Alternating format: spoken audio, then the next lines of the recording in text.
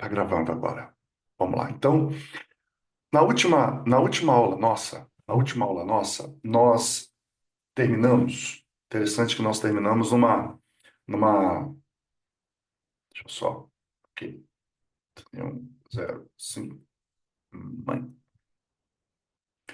Na última aula nossa, nós terminamos com uma imagem que eu quero compartilhar com vocês aqui. Não sei se vocês se recordam dessa imagem aqui. Quer ver? Vou compartilhar aí agora com vocês. Só um minuto. Quer ver? Share. E essa aqui. Essa imagem linda. Olha só. Estão lembrados dela? Essa imagem maravilhosa. Então, essa imagem aqui, ela representava exatamente o quê? Ela representava o santuário, só que, na verdade, representava a entrada. Eu quero pontuar aqui uma coisa. Tudo funcionando? Tudo funcionando. Ok. Olha só. Lembra que eu falei? Ela tinha 2,5 metros de altura. Quem estava aqui dentro estava protegido. Ele não tinha como olhar para fora. Ou seja, quem entra na aliança, quem entra no santuário, ele não olha para o Egito. Ele não vai olhar para o Egito. Ele vai olhar para frente, ele não olha para trás, porque a salvação nunca está atrás. A salvação no santuário, ela sempre está à frente. Outra coisa importante, só para a gente retomar, para a gente então continuar a partir daí.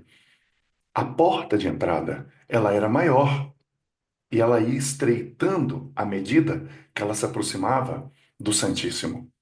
Então, mostrando que o caminho da justificação é um caminho que convida a todos. Agora, o caminho da santificação é um caminho que vai sendo apertado, ele vai sendo apertado cada vez mais. E muitos querem o pátio. No pátio tem sacrifício. No pátio tem até batismo, porque a pia representa batismo, nós vamos ver isso depois. Mas a santificação é renúncia. E aí alguns vão ficando só no pátio. Deixa eu dizer uma coisa para vocês: pátio é só o começo. E tem muitos e muitos cristãos que, infelizmente, hoje ainda estão no pátio. A gente precisa convidá-los a entrar para o santo, para que eles possam ter. Eu vou ter problema com a internet hoje. Só, eu quero fazer uma pergunta aqui para vocês. Eu não estou na minha casa hoje. Eu tinha até pensado em cancelar a live. Vocês estão me ouvindo ainda? Só para eu pensar. Ok, muito bem. Ok. Gente, vocês me desculpem, vai travar de vez em quando, tá? Mas, mas a gente tem que levar isso aqui até o fim, tá bom? Eu tô numa pousadinha aqui e tal, enfim. Mas vamos lá, vamos levar hoje como vai dar, entendeu? Então vamos lá. Então, o que a gente precisa convidar as pessoas para entrarem nesse lugar. Sim, mas está travando. Marli, como é que eu vou fazer? Gente, se ficar muito difícil, eu cancelo a live e a gente retorna no próximo sábado. Não depende de mim. Não depende de mim, infelizmente. Como é que tá aí, gente? Não, não tem 4G aqui. Onde eu tô não tem 4G.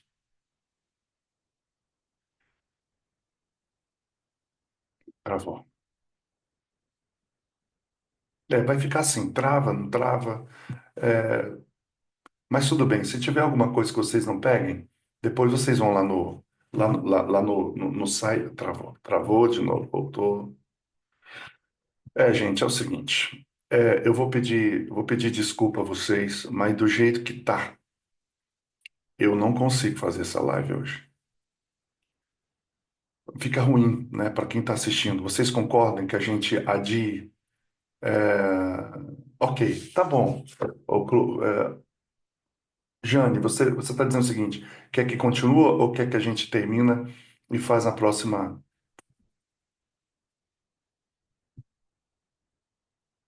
Tá normal. Tá bom, eu vou levando aqui, tá bom, queridos? Tenham paciência.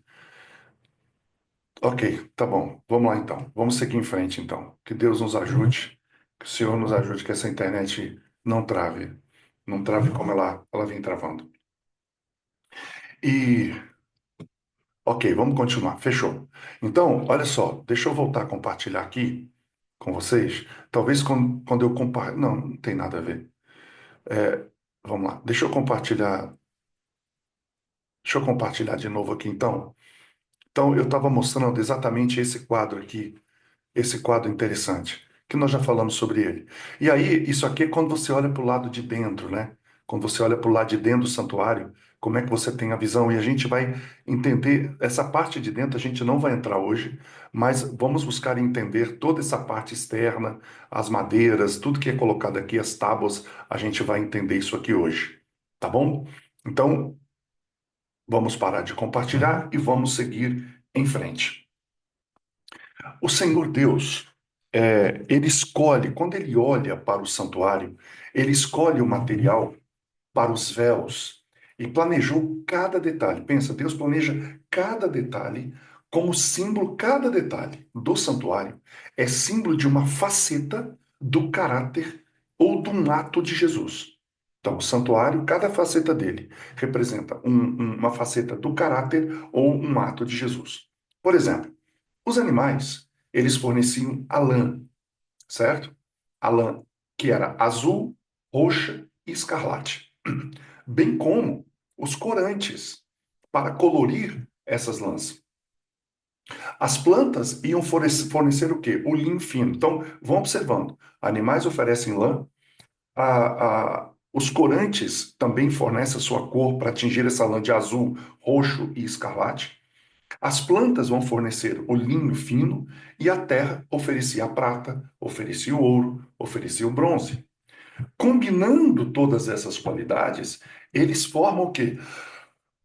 Essa bela tapeçaria, essa bela tapeçaria do tabernáculo. E essas substâncias que a gente vê no santuário, elas estão sussurrando o que no nosso ouvido? O que elas estão falando no nosso ouvido? Elas estão dizendo uma coisa bem significativa, que é o seguinte, que a natureza humana do Filho de Deus, ela é formada realmente na terra, porque tudo vem da terra. Aquilo que representa o Senhor Jesus, ele vem da própria terra.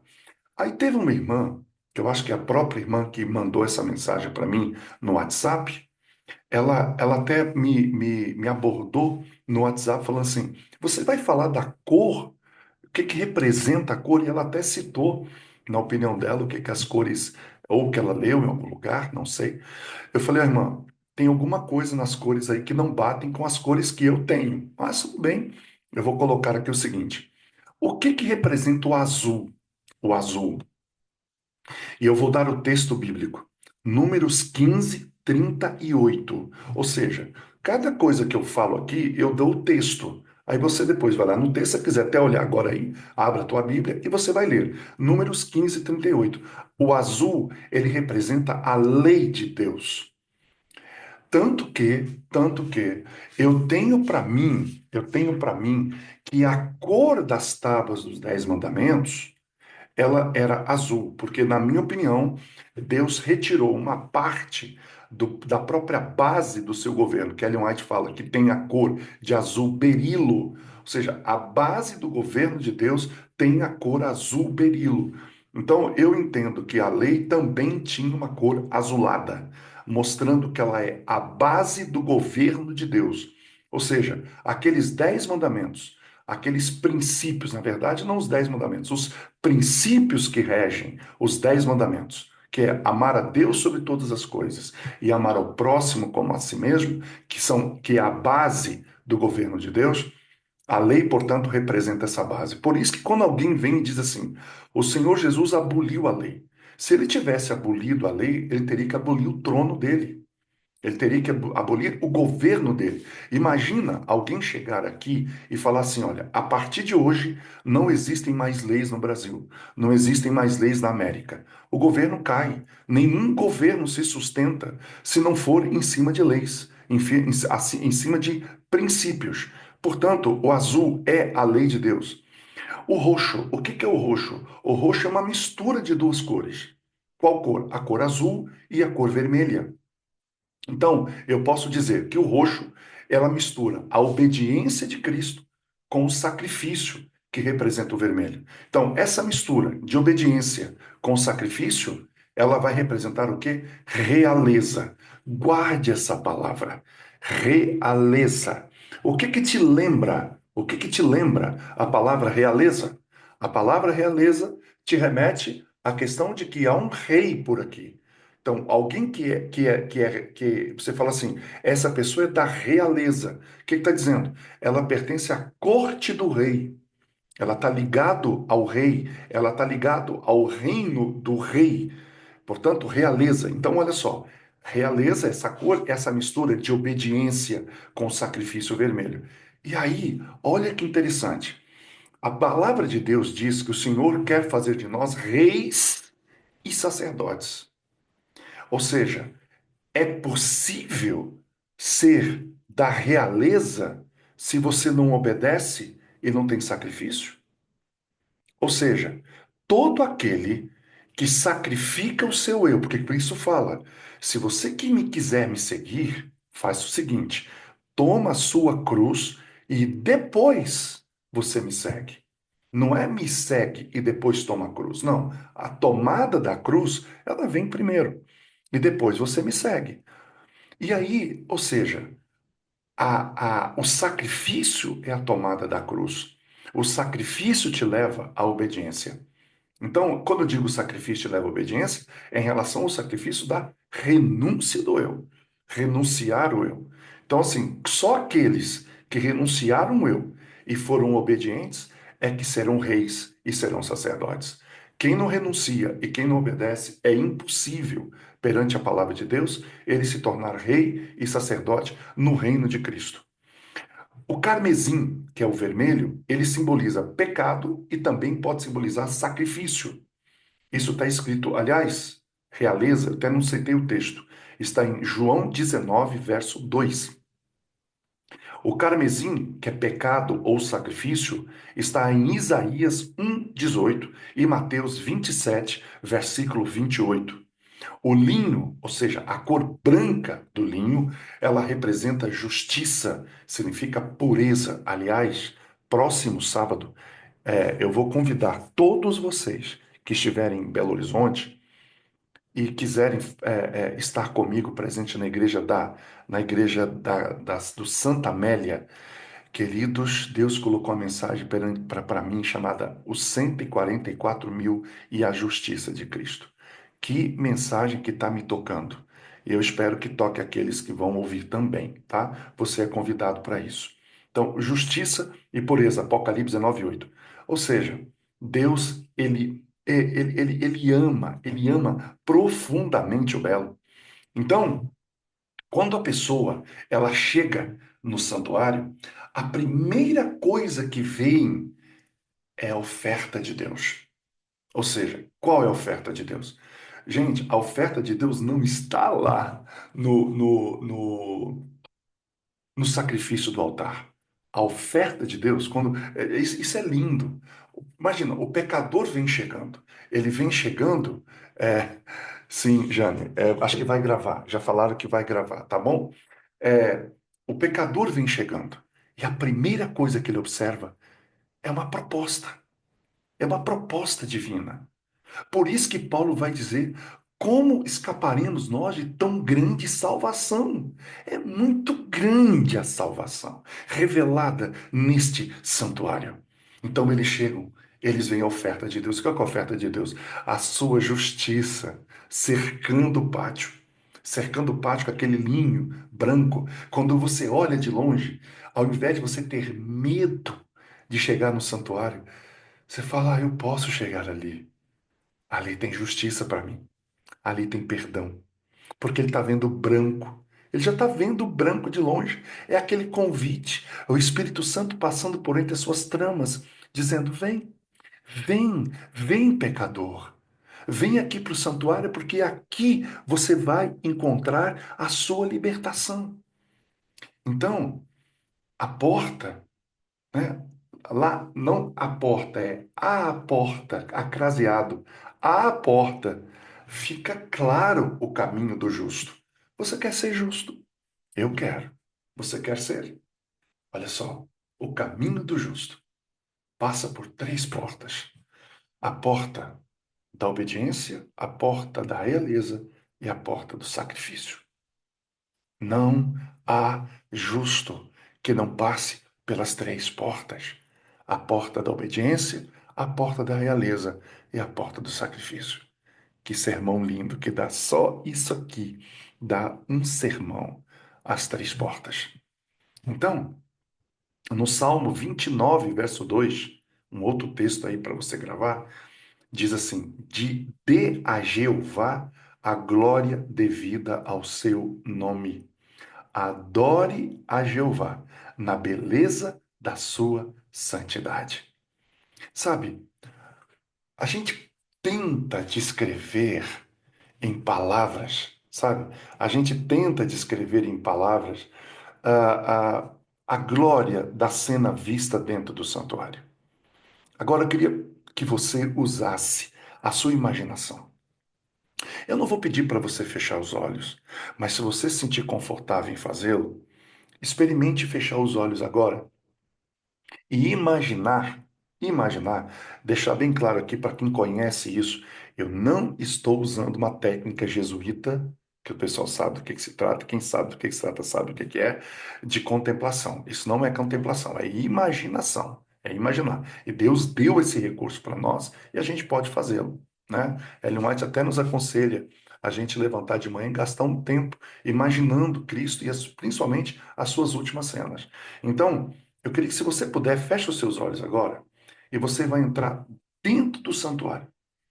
Aí você vai imaginar. As paredes são douradas. São douradas porque elas são cobertas de ouro. E elas refletem a luz dos candelabros de ouro. As cores brilhantes, imagina. As cores brilhantes das cortinas. Eu sei que está travando, tá, gente? Ricamente bordadas, com seus anjos brilhantes, a mesa do altar de incenso, resplandecente.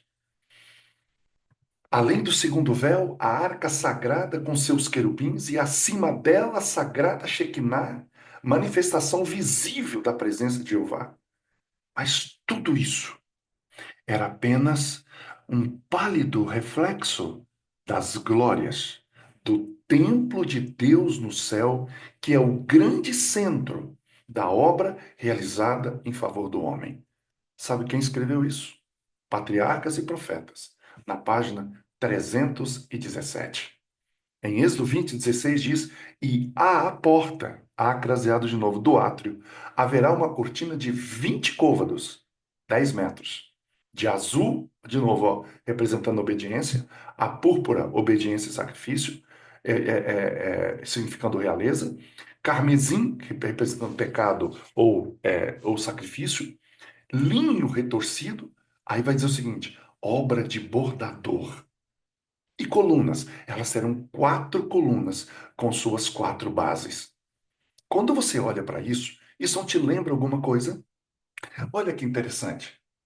A gente fala assim, Cristo contou parábolas, e às vezes ele falava assim, de onde e por que ele contava certas parábolas?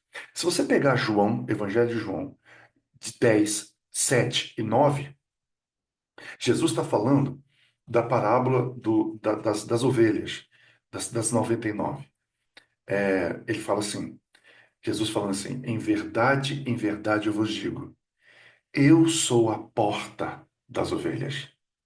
Todos quantos vieram antes de mim são ladrões e salteadores, mas as ovelhas não ouviram. Eu sou a porta. Se alguém entrar por mim, salvar-se-á. Entrará e sairá e achará pastagens.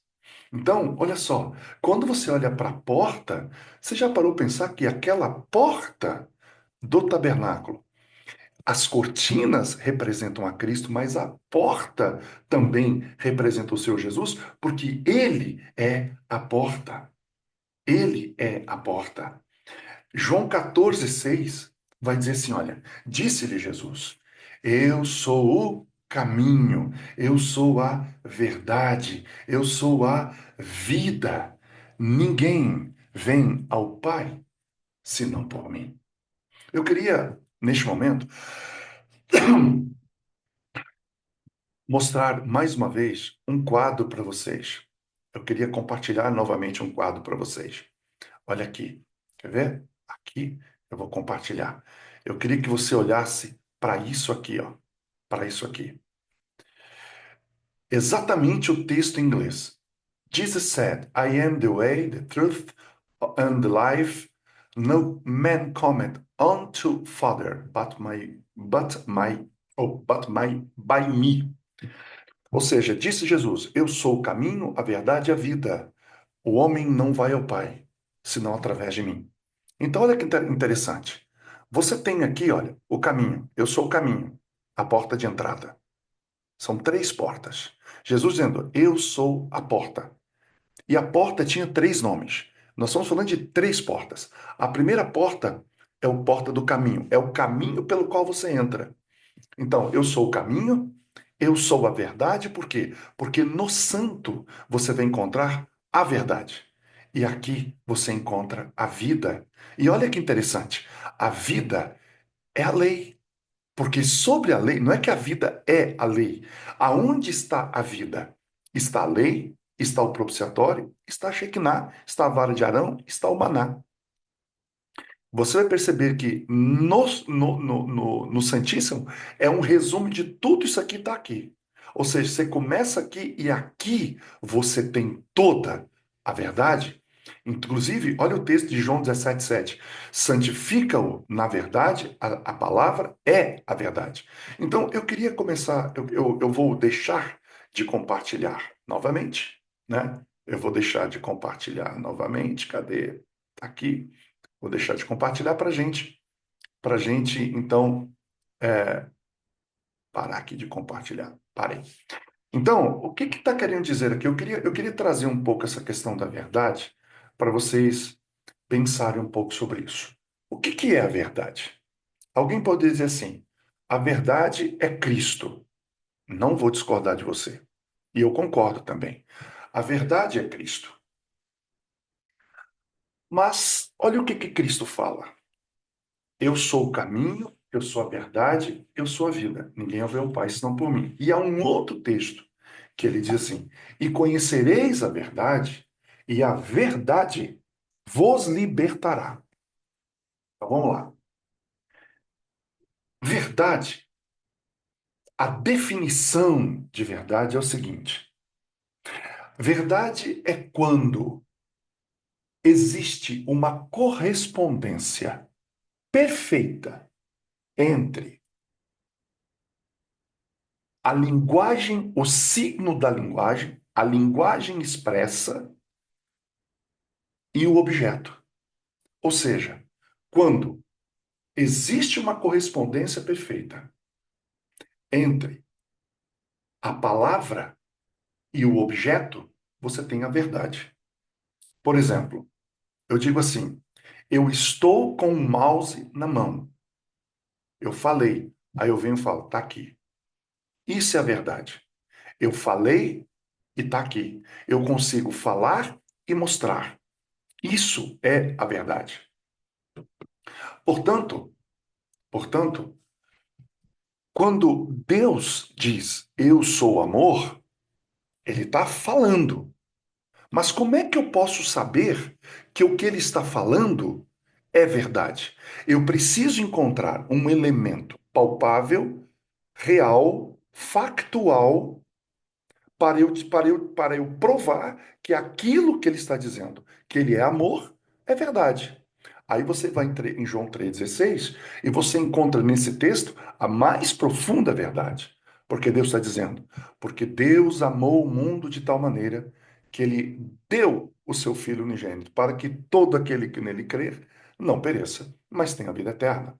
Então, a palavra de Deus dizendo eu vou doar o meu filho. E aí, quando eu olho para o mundo e digo, o filho está aqui, eu digo, Isso é a verdade. Então, é nesse sentido que Cristo é a verdade. Ele é a verdade porque ele materializou aquilo que o Pai falou.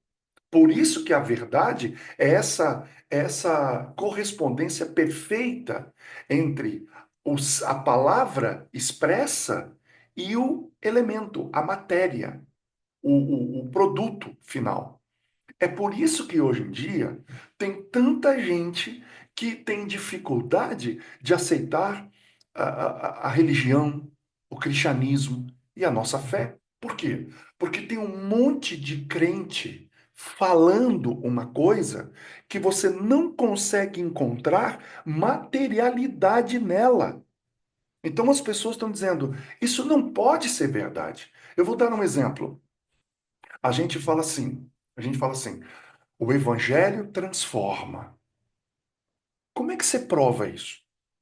Bem, quando você pega uma pessoa que era traficante, bandido, corrupto, adúltero, prostituto, prostituta, enfim, um pecador contumaz, e ele diz: Eu fui transformado pelo evangelho.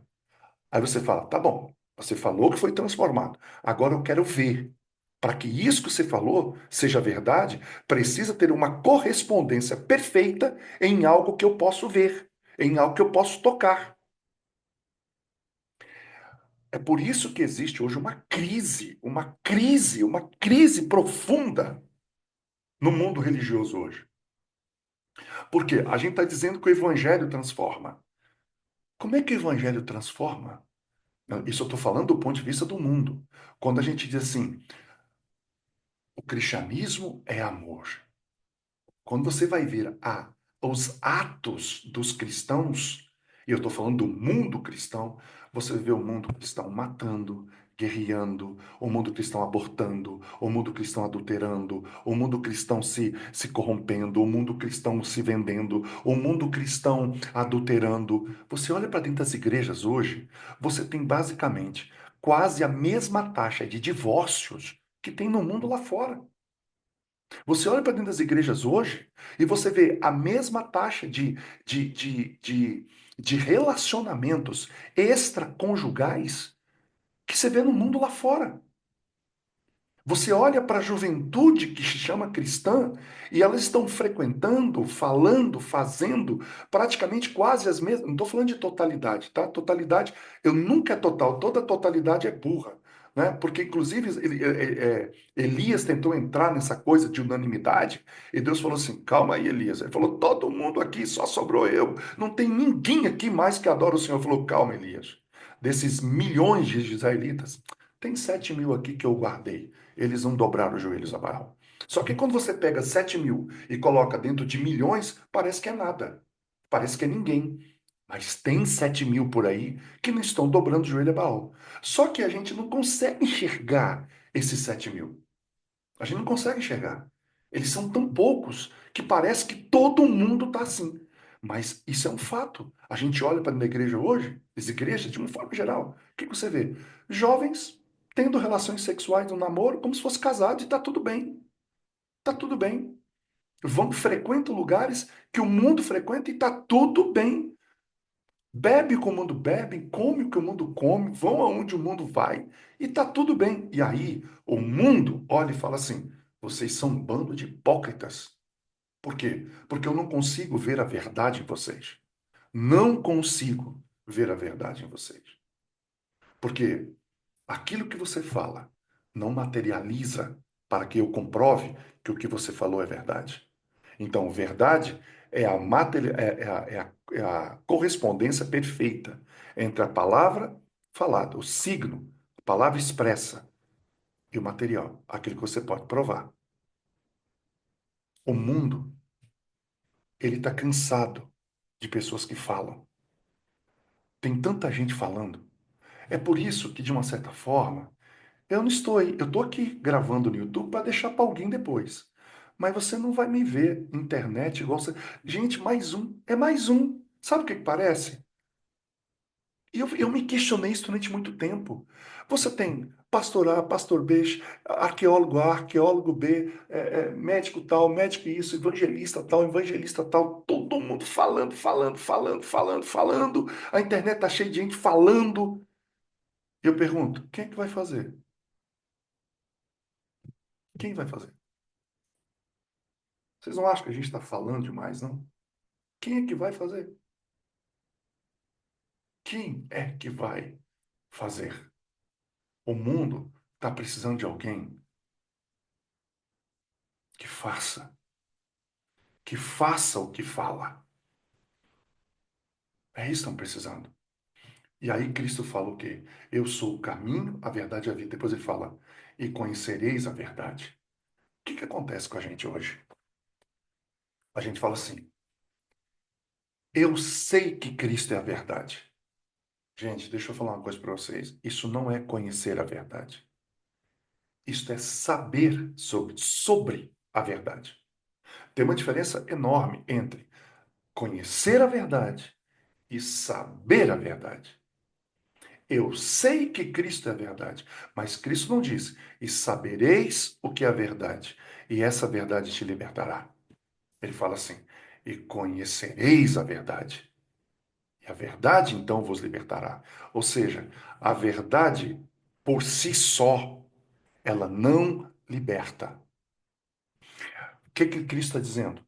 Saber que eu sou Cristo, saber que eu sou a verdade, não vai libertar você. O que liberta você é passar pela porta e viver a experiência do santo, viver a experiência do pátio, viver a experiência do santo, para viver, porque a libertação final, e nós vamos estudar isso no decorrer dos nossos estudos, a libertação final vai acontecer no Santíssimo. Não é nem no pátio e nem no santo, é no Santíssimo, porque no Santíssimo é a conjuminação de toda a obra que existe no santuário. Tudo que é feito no santuário tem um único propósito: fazer o indivíduo chegar no santo. Desculpa, no Santíssimo. É lá que ele tem que chegar. Se ele chega lá, aí ele conheceu a verdade. Mas conheceu como? Conheceu no processo. Ou seja, o conhecimento de Cristo não se dá por um sermão na igreja. O conhecimento de Cristo não se dá pelo estudo de uma escola, de uma lição dominical ou numa lição da escola sabatina, para nós adventistas. O conhecimento da verdade não se dá aí. Aí você tem informação.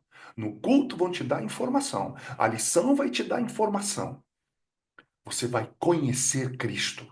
É na luta, é no dia a dia, é quando você prova na sua vida que aquilo que a palavra fala é verdade. É verdade. Se você pegar o Salmo 121, eu vou até fazer um sermão sobre isso, ele começa dizendo assim: olha que interessante, ele fala assim: eleva os meus olhos para o monte, de onde me virá o socorro? Ele faz uma pergunta. Aí ele fala: o meu socorro vem do Senhor que fez o céu e a terra. Ele fala assim, é como se o salmista dissesse assim, quando eu não conhecia a Deus, eu olhava para os montes e eu imaginava que era dos montes, porque os deuses moravam nos montes. Ou seja, Davi está contando a história de um pagão. Ele está dizendo, olha, havia um pagão em mim que olhava para os montes e dizia, o meu socorro vem dali, porque dali moram os deuses. Tem gente que tem uma confissão religiosa, mas pensa como pagão. Ou seja, está achando que o seu socorro para os seus problemas, para sua depressão, para sua ansiedade, para sua angústia, para sua crise financeira, para sua crise no casamento, para sua crise na vida, para os problemas que a vida te traz, está onde? Está no banco, está na psicologia, está no psicólogo, está no psiquiatra. Hoje está uma febre. E Davi olha e fala assim: porém, eu parei de olhar para os montes. Eu parei de olhar para governo A, para governo B. Eu parei de olhar para político A, político B. Eu parei de olhar para o médico tal, para o médico tal, para o psiquiatra tal, para o psicólogo tal. Parei de olhar para esse monte de gente da internet, que todo mundo que diz que tem verdade. Eu parei de olhar para esse monte de coach que está por aí me ensinando coisas. E eu comecei a aprender como apóstolo Paulo, não quero saber outra coisa entre vós a não ser Cristo e este o crucificado. É isto que me interessa, nada mais. Paulo está dizendo isso. E Davi diz assim: eu entendi. Eu vivi uma experiência que me mostrou que o meu socorro vem do Senhor que fez os céus e a terra. Por quê? Porque quando eu precisei de socorro, foi Ele que me estendeu a mão. Foi Ele. Eu vivi a experiência, eu conheço Ele. Aí você vai perceber o seguinte: se você vai lá depois, dá uma estudada no Salmo. Eu estava estudando exatamente isso essa semana. Eu estava no Espírito Santo estudando o Salmo 121. Passou a manhã inteira estudando o Salmo 121. E olha o tempo, olha o pronome que ele usa. Ele fala assim: eleva os olhos. Eu não vou nem entrar em detalhes, eu comecei a imaginar por que, que elevar os olhos. Elevar os olhos vai acessar o córtex frontal, que é onde está a memória. E lá no córtex frontal, onde está a memória de longo prazo, quando ele fala assim, eleva os olhos para os montes, o que ele faz? Quando você eleva os olhos, você acessa certas áreas do cérebro que vão te dar acesso à memória. Ele está dizendo o seguinte: eu tenho uma lembrança que alguém me falou, ele está levantando o olho, está acessando a memória. Ó. Alguém me falou que o meu socorro vem lá porque os deuses moram lá. Aí ele abaixa os olhos e fala: não, a minha experiência mostra que não vem de lá. A minha experiência mostra que vem do Senhor que fez o céu e a terra. Ele usa a palavra meu. Eleva os olhos de onde virá o socorro. O meu socorro vem do Senhor. Ele está falando dele. Agora, olha o que ele fala no verso 3. Ele não permitirá que os teus pés vacilem. Ai, queridos, como é que você vai dizer para o outro? Olha só como é que muda o pronome. Olha como é que muda o pronome. Ele sai do meu para o teu. Por que que agora ele pode dizer, ele não permitirá que os teus pés vacilem? Sabe por que que ele diz isso? Porque ele não permitiu que os meus vacilassem. Agora eu posso dizer para você que teus pés não vão vacilar. Agora eu posso dizer para você que não dormita o guarda de Israel. Sabe o que acontece com a gente hoje? A gente lê isso e às vezes a gente duvida disso. E as pessoas não veem isso em nós, porque a gente não conhece a verdade. Quando a gente está diante de um problema, a gente corre atrás de tanta coisa. Ah, procura um psicólogo, procura um psiquiatra, procura não sei quem. Você não dá nem a chance de Deus te provar que Ele é quem Ele é. É por isso que nós temos uma carência profunda de cristianismo genuíno no mundo cristão hoje. A gente tem informação sobre Cristo. E quando a pessoa fala, olha, ele não vai permitir que os pés vacilem, mas lá dentro você não acredita nisso. Você só fala de boca. Porque está escrito lá na Bíblia. Aquela é a experiência do salmista. Qual é a tua? Você poderia escrever o teu salmo dizendo: eu sei, eu afirmo para você. Porque tem uma coisa que ateu nenhum pode questionar. Sabe o que é? Imagina que você estivesse numa sala com o Pondé, com o Carl Sagan, grandes ateus, o Karnal, ateu declarado. Ele nessa sala sentasse com você, eu e um monte de gente, dizendo: Deus não existe. E você então contra-argumentaria com o quê? Provavelmente você ia usar, não, porque a Bíblia fala, e fala, a Bíblia é um papel, ela aceita tudo. Ah, não, porque a ciência fala, tal, tem, as, as teorias de Fibonacci, você pode usar aqui as teorias de Kepler, segunda lei da entropia, aquela coisa toda. Você podia usar a ciência, mas ainda assim ele teria argumentos para você. Agora imagina se nessa sala tivesse sentado o apóstolo Paulo. Ele está ouvindo. Que argumento você acha que Paulo usaria?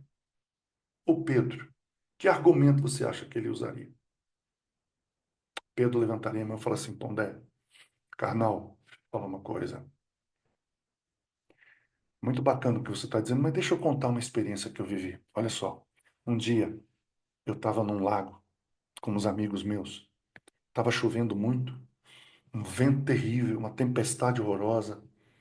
E nós olhamos de longe, vinha um homem, uma figura, andando sobre as águas. E todo mundo achou que era um fantasma. E aí começamos a gritar e ele fala assim: Olha, não tema, sou eu. E eu falei: É o senhor mesmo? Então, se é o senhor, deixa eu andar até o senhor. Quero ver se o senhor é o senhor mesmo. Ele falou: Vem. E sabe o que eu fiz, o carnal? Eu comecei a andar sobre as águas, cara. Só que eu comecei a me achar o cara, sabe? Ó, tô aqui andando e vocês não. Eu comecei a afundar. Ele veio até mim, pegou a minha mão e me tirou das águas e eu voltei andando com ele no barco. E Paulo fala: "Olha, eu também quero falar. Olha só, eu estava indo para Damasco, prender os caras lá. No meio do caminho ele me apareceu em pessoa. Eu ouvi. Eu vi e ouvi a sua voz. E durante 3 anos e meio eu passei com ele, nós dois, no deserto da Arábia. Ele me dando toda a teologia que eu escrevi no Novo Testamento. Eu pergunto, como confrontar isso? Como confrontar isso?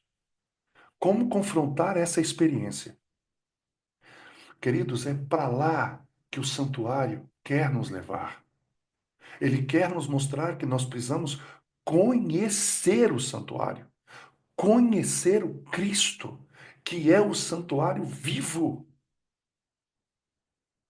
Por isso que é conhecereis a verdade, e a verdade vos libertará.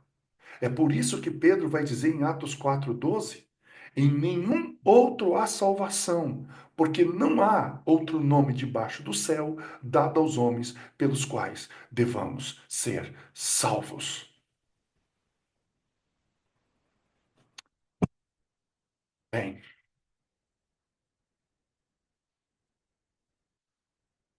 próxima aula, são 7:30, nós vamos falar sobre a estrutura do santuário. Então, só para dar um spoiler para vocês, estrutura do santuário eu vou mostrar como é que ele era feita por dentro, as tábuas, como é que essas tábuas eram dispostas. Depois nós vamos falar sobre o véu do lugar santo, depois nós vamos falar, nossa, tem tanta coisa. O número 5, o que é o número 5? Por que tem tantas 5 dentro do santuário? Depois nós vamos falar sobre o véu do lugar santíssimo. E por fim, nós vamos falar sobre a cobertura do santuário. É muita coisa só para falar desses detalhes. Nós estamos na segunda aula, por isso que esse vídeo vai ter 3 ou 4 partes. Essa aula vai ter 3 ou 4 partes só falando disso. Agora, vocês percebem uma coisa? Eu não fico aqui só falando do santuário. Por isso que às vezes você fala assim, eu queria que fosse avançar mais. É porque eu poderia aqui falar, é isso, é isso, é isso. Mas eu gosto de aplicar isso, para que você perceba que o santuário tem que entrar na nossa vida. Ele não pode ficar só num conhecimento, intelectual. Ele tem que ser empírico. A gente precisa entender isso na sua essência. Então, dessa forma, nós encerramos por hoje, 7h32. Como eu prometo, geralmente eu não faço mais que 1 hora. Vamos orar. Eu aguardo vocês. Semana que vem eu vou estar numa situação melhor, vou estar em casa e vou poder orar. E, desculpa, fazer numa internet melhor, talvez não trave tanto como travou hoje. Mas olha só, lembrando o que eu falei, que agora tem mais gente. Não, eu vou abrir, como sempre faço, né, o WhatsApp agora. Se você quiser compartilhar suas ideias, suas opiniões, fazer alguma pergunta, fazer alguma dúvida, tirar alguma dúvida, lá no WhatsApp o espaço é para isso, tá? É para você fazer isso. Botar lá o que você achou desse dia de hoje, do tema. Agora, o que é mais importante para mim é que você compartilhe o canal.